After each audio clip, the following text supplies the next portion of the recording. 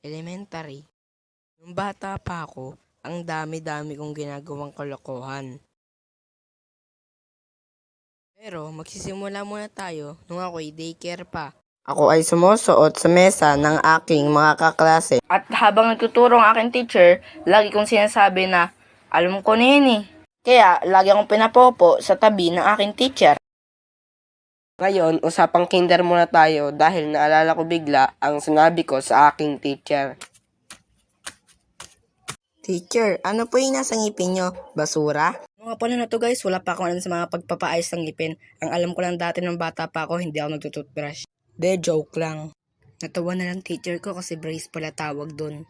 Ngayon naman mga tropa, ang pag-uusapan natin nung ako'y grade 1 na. Alam niyo ba na lagi akong sinasama ng teacher ko at yung isa ko pang tropang katandem, nakakulitan.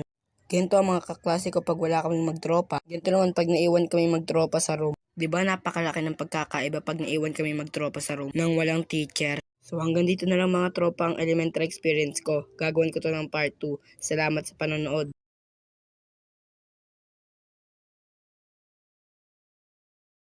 Wait.